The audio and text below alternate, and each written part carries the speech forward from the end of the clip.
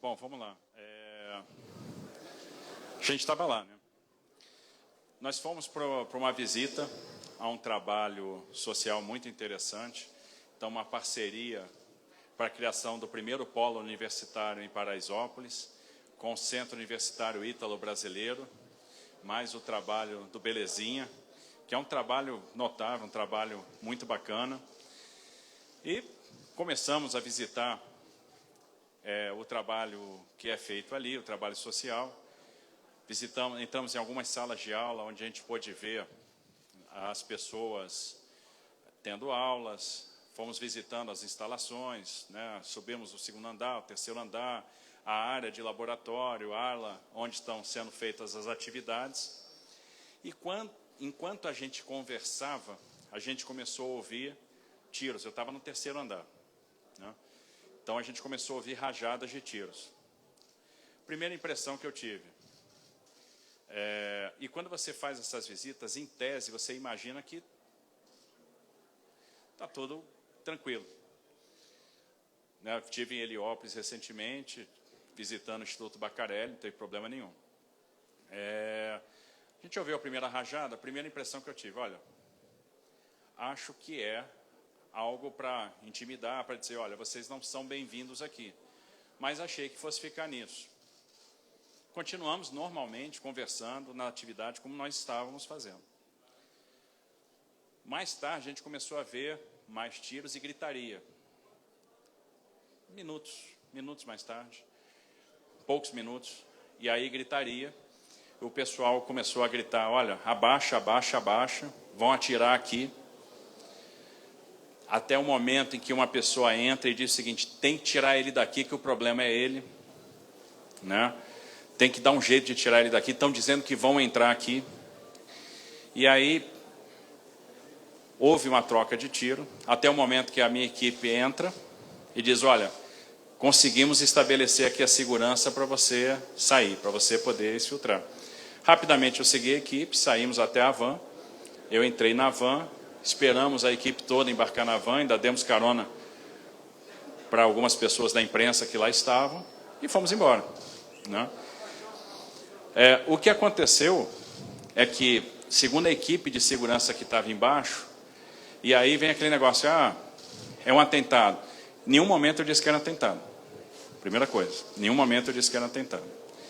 Segunda coisa, esse tipo de troca de tiro ali não é comum. E aí vamos lembrar que o crime organizado aqui em São Paulo é hegemônico em determinadas regiões. Então não é comum você ter trocas de tiro.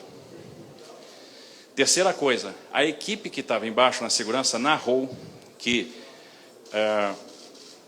4 motocicletas, com 2 elementos em cada motocicleta, eles começaram a rondar a frente do instituto, do local que a gente estava, começaram a fotografar o nosso pessoal de segurança.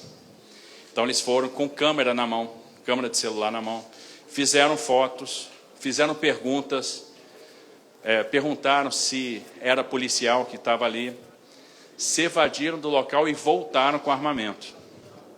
Né? Voltaram com armamento. E aí foi o momento em que se deu a troca de tiro. Eu queria enaltecer aqui a atuação da Polícia Militar, que foi muito rápida, foi muito diligente. Conseguiu rapidamente contornar a situação e estabelecer a segurança para que a gente pudesse sair dali. Então, qual é a leitura que a gente faz? Na minha opinião, foi um ato de intimidação, foi um recado claro do crime organizado, dizendo o seguinte, vocês não são bem-vindos aqui. A gente não quer vocês aqui dentro. Para mim é uma questão territorial.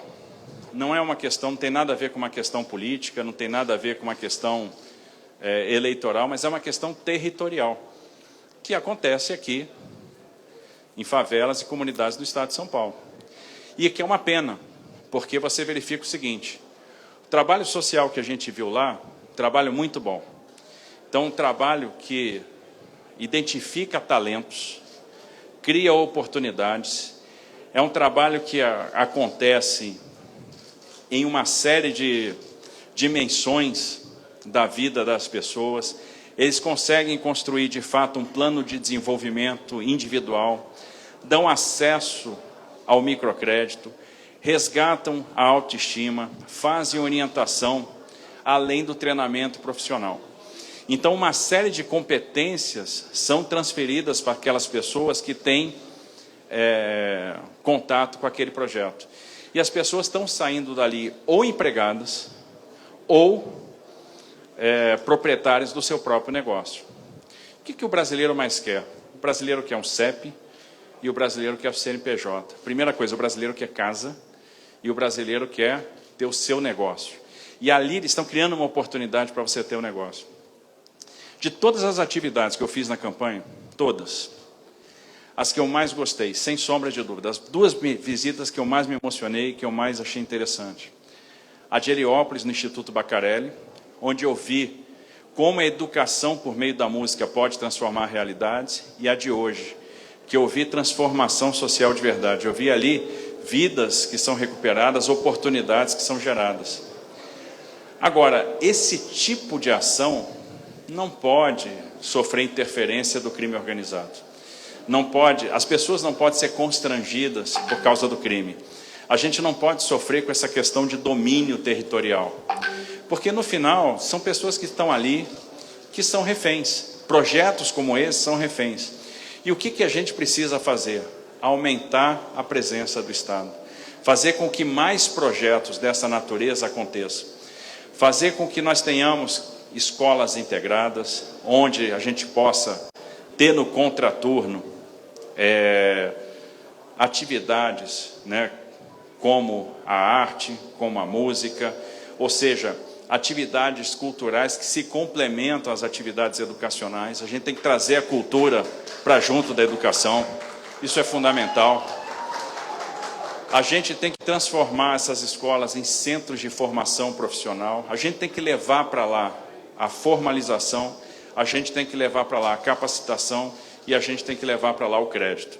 Se o Estado se fizer presente, a gente vai começar a afastar o crime. Porque, observe, o jovem que está lá, alguns jovens que estavam nessas motocicletas e que estavam a serviço do crime.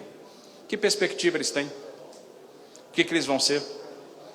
E as famílias desses jovens, o que a gente quer é que, no final das contas, as mães saibam que os seus filhos vão ter perspectiva, vão ter esperança. Então, a gente não pode deixar que o Estado fique ausente desse tipo de atividade. Então, na minha leitura, e observe que a minha visão é limitada, que a minha visão é de quem estava lá dentro. Dizer que, não, foi um tiroteio corriqueiro e que aconteceu nas imediações da gente estava, hoje, exatamente no local que a gente estava, por coincidência.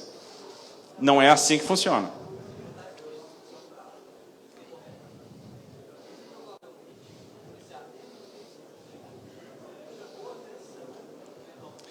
Não. Os bandidos notaram a nossa presença ali desde cedo, tanto é que eles, 4 motocicletas, com 2 pessoas em cima cada, fizeram filmagem da equipe de segurança que estava lá, com o celular, fotografaram, filmaram, fizeram perguntas e depois voltaram armados. Então não foi algo que corriqueiro, que aconteceu, aconteceu um tiroteio nas imediações e justamente quando a gente estava lá. Não foi isso que aconteceu. Não foi isso que aconteceu. Na verdade, para mim, e aí a leitura de quem estava dentro das instalações, né, ouvindo o que estava acontecendo, foi uma ação de intimidação, foi um recado, esse território aqui é nosso, você não entra aqui sem a nossa permissão. Isso é muito comum, então existe uma questão territorial. E o crime está dizendo, tem um lado e não é o seu. Tá certo? Então, não foi atentado. Já disse que não foi atentado. Não, foi um ataque. Mas foi um ataque. Aquilo não é um ataque? Você acha que não foi? O que eu estou querendo dizer, não foi um atentado contra a minha vida, não foi um atentado político, não tinha cunho político partidário. Foi um ataque no sentido, se você intimida uma pessoa que está lá fazendo uma visita, isso é um ataque, ou não é? Candidato, quando o senhor fala o senhor está politizando? Não estou politizando. Eu estou falando que o crime não quer a presença do Estado. O crime é contra o Estado. Não estou politizando. Não estou politizando. Estou falando que o crime não tolera o Estado. O crime quer o Estado longe. O crime quer ter o seu território. Não vai explorar. A campanha vai seguir normalmente.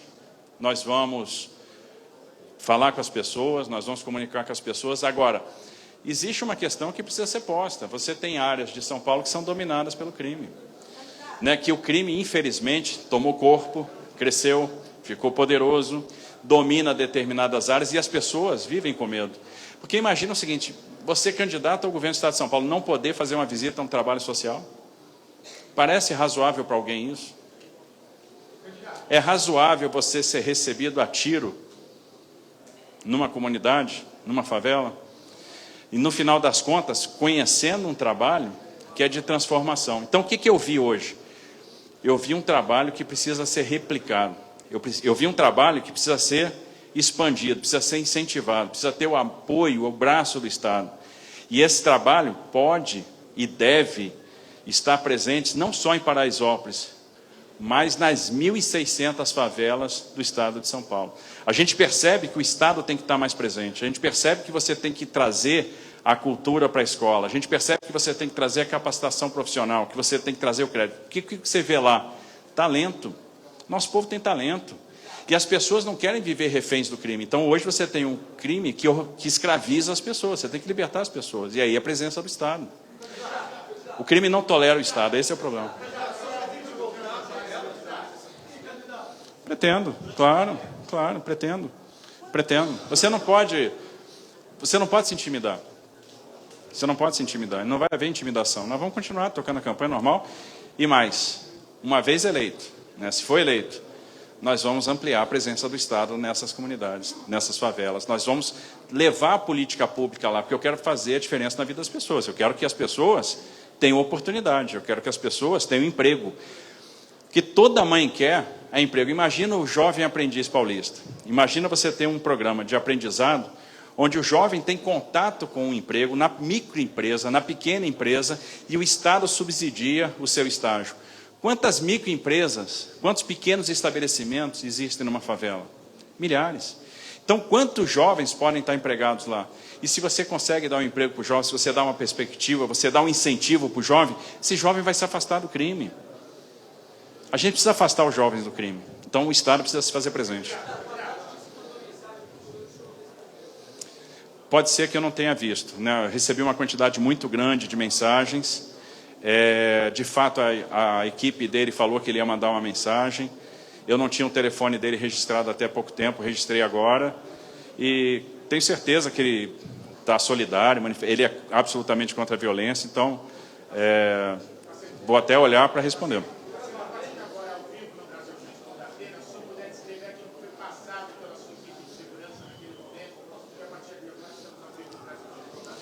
Não, foi o que eu falei.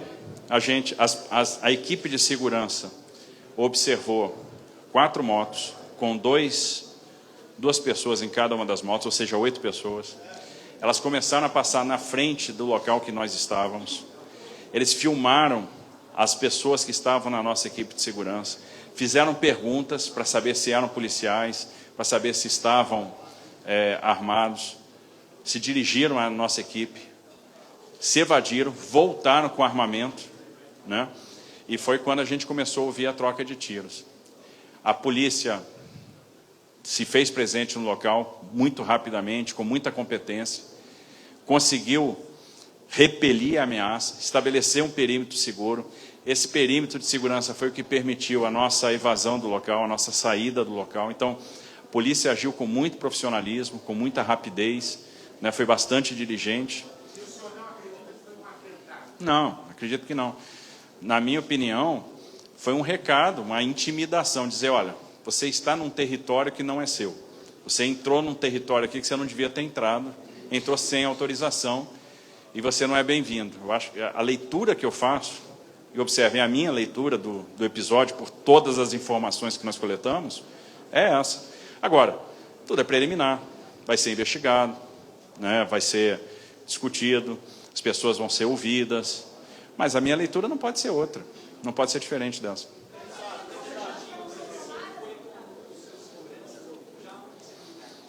Eu acredito que já com a polícia militar que estava no local. Eu não consegui ver nada, acho que assim como você também não. Te vi sentadinho lá também, né, se escondendo lá. Que é o correto a se fazer nessas horas, né? Procura o abrigo e deixa a situação ser esclarecida. Chegou logo depois. O policiamento ostensivo já estava presente na área e rapidamente chegou no local para repelir a ameaça.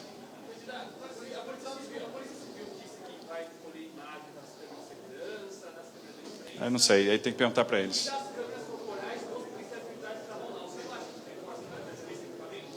Como eu falei, toda política pública tem que ser reavaliada. Eu tenho uma visão crítica, por uma série de razões, e já disse que eu vou rediscutir essa questão das câmaras com a equipe de segurança pública, se, porventura, a gente venha a ser eleito.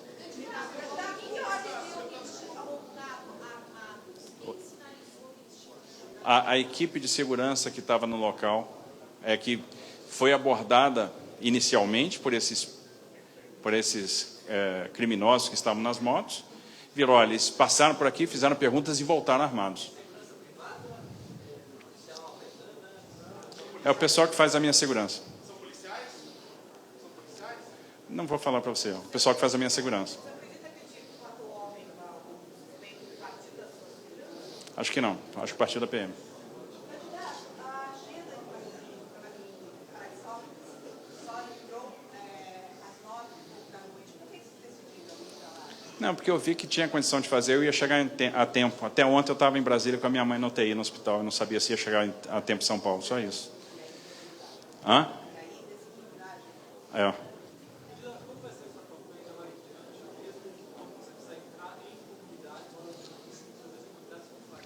Eu acho que aí é tomar mais cuidado com a questão de segurança, é entrar realmente, se a gente perceber que existe condição para entrar, e com a segurança reforçada. Olha, aumentando a presença do Estado. O Estado tem que se fazer presente, né? O Estado tem que libertar as pessoas do crime organizado. Não há outra maneira. Se você não... E você tem que dar esperança, né? Porque ninguém quer o caminho do crime. Quem ingressa no crime não quer o caminho do crime. Os pais que hoje, o criminoso que tem filho, não quer que o filho dele siga o caminho do crime. Pode ter certeza disso. Agora, por que as pessoas tomam o caminho do crime? Porque não estão tendo alternativa. E aí, o que a gente tem que fazer? A gente tem que criar as alternativas, a gente tem que criar o emprego, a gente tem que dar o treinamento. Porque quantas pessoas nessas comunidades têm o talento para a música? Quantas pessoas têm o talento para as artes cênicas? Quantas pessoas têm o talento para o esporte? Quantas pessoas têm o talento para o empreendedorismo? Podem ser grandes comerciantes, enfim, empresários, empreendedores. Quantas pessoas têm o talento para a informática? Tem o talento para TI, pode ser desenvolvedores de aplicativos, programadores. E aí uma questão de presença do Estado, treinamento, estímulo a atividades como a gente viu hoje. O projeto é maravilhoso, o projeto é de transformação. Várias pessoas que passam por ali saem empregadas nos melhores salões de São Paulo, pessoas que já têm o seu próprio negócio. Então, esse tipo de atividade precisa ser estimulado, porque aí você vai começar a abrir a porta para o futuro, você vai dar perspectiva para esses jovens, né? Você vai tirar esses jovens da mão do crime. Então, o Estado presente, ele desestimula o crime. Não tem outra alternativa. Fora isso, é monitoramento, trabalho de inteligência, asfixia financeira, isolamento de lideranças. É isso que tem que ser feito. Não, teve um bandido que foi morto. Foi a óbito.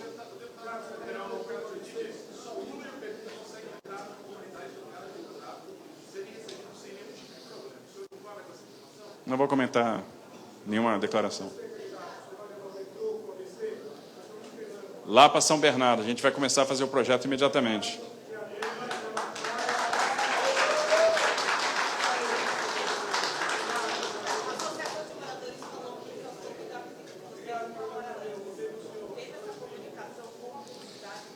Olha, quando a agenda foi fechada, a primeira coisa que eu perguntei para quem estava organizando a agenda é se estava tudo tranquilo para ir. E a resposta foi estava, que se não tivesse, não iria. Você não vai em lugar nenhum para arrumar confusão, para ter problema, né? Então, assim, a gente pergunta, a gente quer saber se, olha, está tudo tranquilo, dá para ir lá. Você sempre se preocupa, vai ter uma hostilidade, não vai ter, é tranquilo, vale a pena. Porque você tem que conhecer esse tipo de projeto. Se você não conhece, você não percebe a potência que aquele projeto tem. E aí você não vê, se você não vê de perto, se você não visita, que se houver investimento, se houver apoio do Estado, você pode transformar muitas realidades. Ali eu vejo, eu fico convencido. Quais são as conclusões que eu tiro do que aconteceu? Primeiro, tem jeito. O Brasil tem jeito, tem solução para a pobreza, tem solução para fazer a diferença, para tirar as pessoas de uma vida difícil. E a segunda conclusão que eu tiro é que tem gente que é escravizada pelo crime. É que o crime tem realmente um papel muito deletério na nossa sociedade e está muito presente, principalmente nas comunidades. Então, são as duas conclusões que você tira. Você não pode deixar as pessoas serem escravizadas pelo crime.